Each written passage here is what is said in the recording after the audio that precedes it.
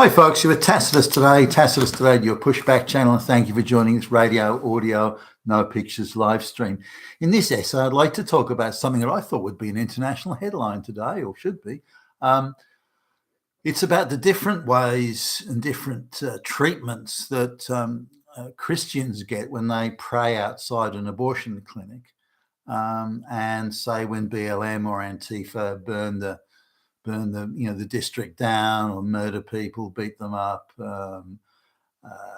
Climate change activists deface property, spray graffiti around the place, take over the downtown and bring the city to a standstill. The difference in the way they're treated by the globalist controlled, politicized deep state and the politicized judiciary and the politicized police force, for that matter. So there was a case in the United States where one person, I think more than one person actually, was given, I think, 5.5 years prison sentence. And in some cases, some of these people have been detained for quite a long time. They've been between 6 and 9 months in prison already, on what seem to be very flimsy charges. But so we're talking 6 years plus in confinement, depending on whether they get released a little bit early for good behaviour or something like that. But now, what did this particular case I was looking at it's a woman. She's a Christian, and she was praying outside an abortion clinic somewhere in the US, and with some other people, and they were handing out literature, the right to life, all this sort of stuff. And also they were, it's alleged, and this seems rather flimsy in my view, they were alleged they were somehow obstructing people in some way from getting into the abortion clinic. Now, whether these people were going for an abortion or they were seeking some sort of advice as to what the procedure might be if they did, or whether they were genuinely people going to the abortion clinic or not, or whether they were folks that were pretending to go in simply so they could lodge a complaint that they were being impeded. I think the last sort of one was probably more likely, because once they know, once the authorities know that, the deep state authorities know that there are Christians praying or protesting, whatever you want to call it, outside the abortion clinics, they send people along in order to say, you obstructed me, Hitler came and tried to stop me, complaint, district attorney, prosecute. So I think they deliberately put people through in order to create an artificial complaint situation. And then the authorities can say, well, it's not us. We're just responding to the complaint from the public. The public told us. And that's very much the set piece maneuver they use in many different ways and in different areas today. So I suspect that's what happened. It's it's a false flag in effect. Nonetheless, the charges contain some very emotive language, and I think that's a giveaway. The facts, clear, unadorned facts, should be enough to make your case. This is for a prosecution, to bring charges against somebody. But very flowery, very emotive language.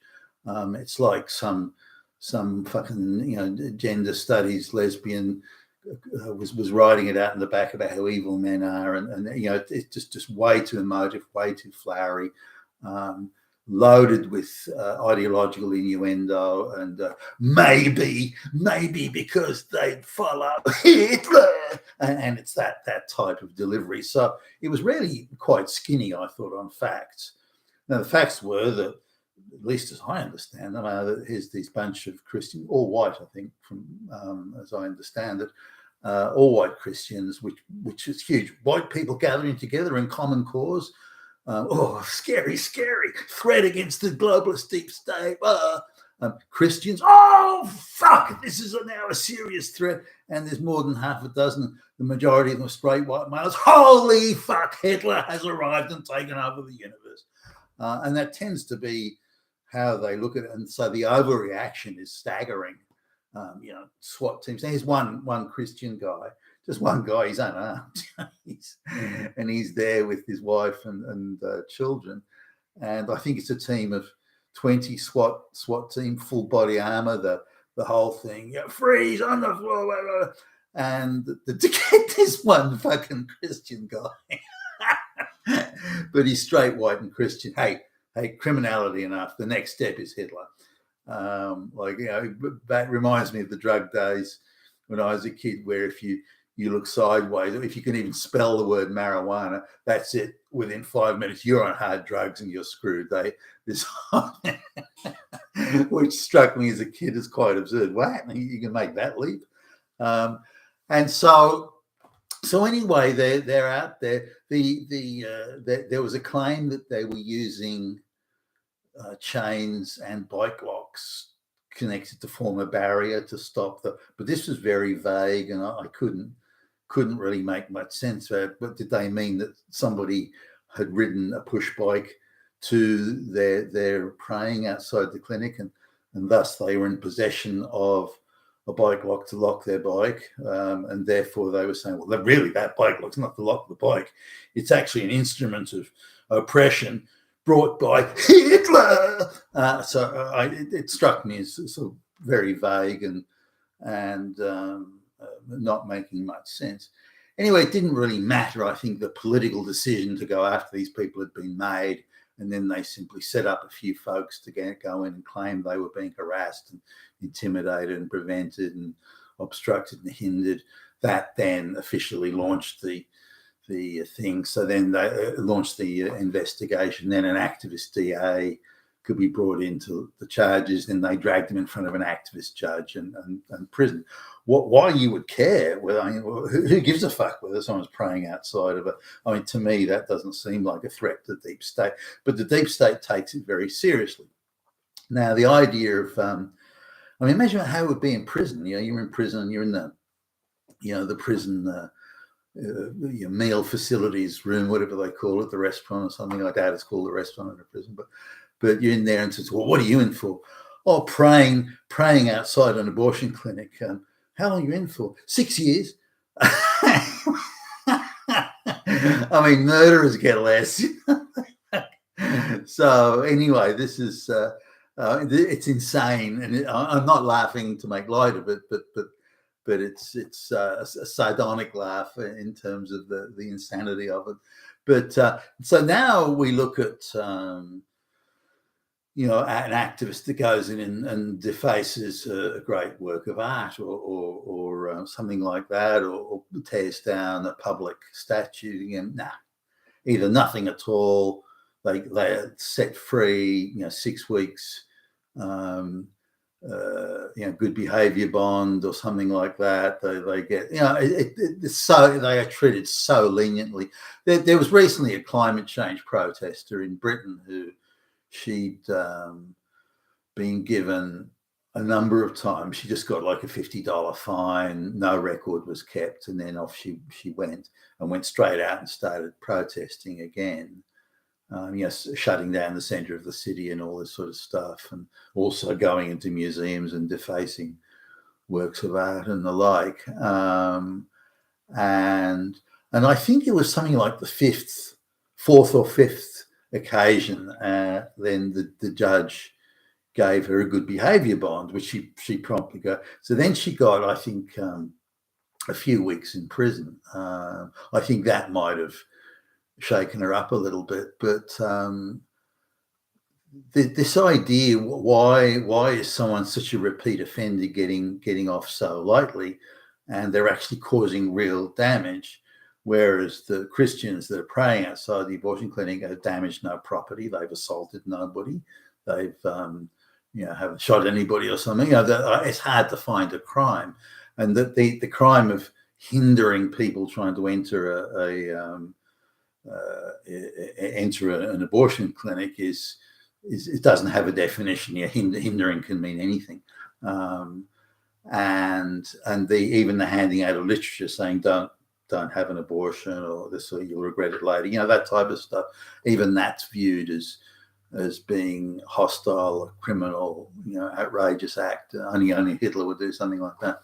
So it's very ideological, and again, these people are being processed through the courts with extreme prejudice and activism by the state all the time. Whereas again, the Antifa and the BLM and the climate change, they're effectively the globalist foot soldiers anyway.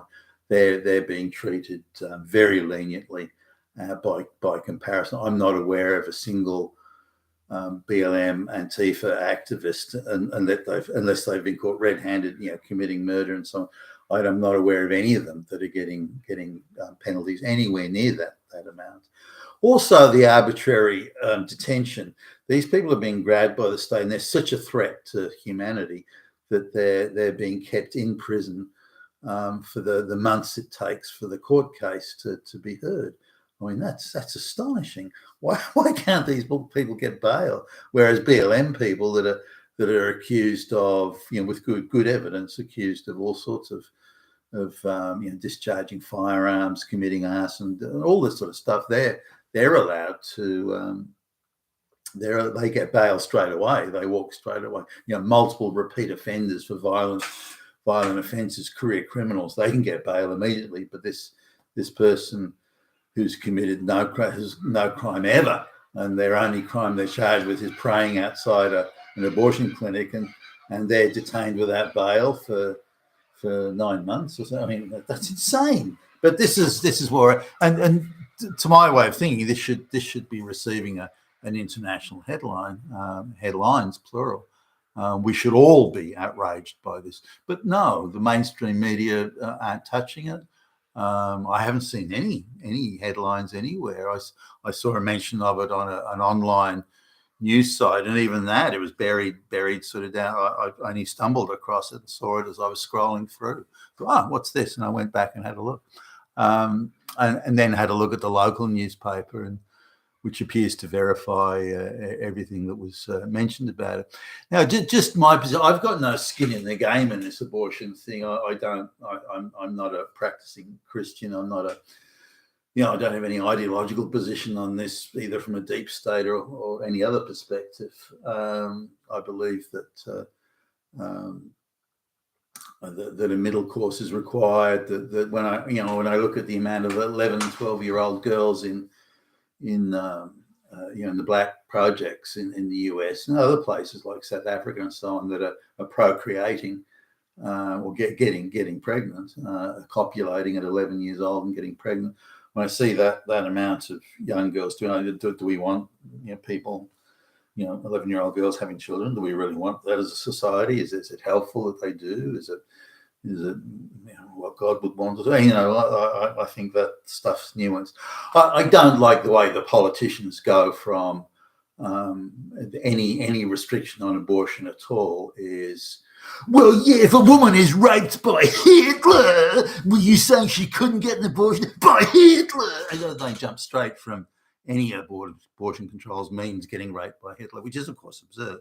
But the idea, and other things too, is the amount of women, again, primarily, but not exclusively, in the black neighbourhoods or the poorer project areas, that either forget to take, or they think they can ensnare the man and get to keep him with them if they say, well, I've got your baby, and they go, oh, well, in that case, I'll marry you and stay with you.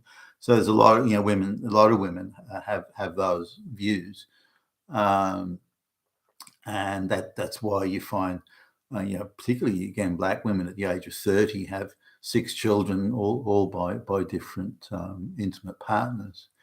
Now, this is something that's very common in Africa. The idea of monogamous sort of marriage in Africa is what has never been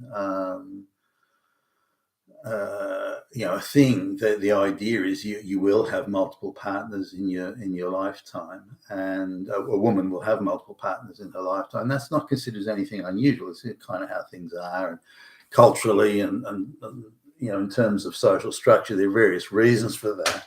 But it's something that's quite common in Africa, and yet it's viewed as strange behaviour or difficult or behaviour that must be corrected when African people are living in Western countries. But it doesn't necessarily work that way.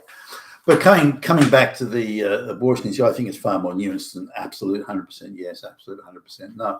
What I can't figure out is why the globalist deep state has such an investment in institutionalizing and promoting and protecting abortion. That's the bit that I don't get, because they're investing a lot of time and energy and money and political sweat and so on in this. And as it has been seen by it's absurd. You put someone in prison for 6 years for praying outside a fucking abortion clinic. That's insane. But this is where we are, and this is what's going on.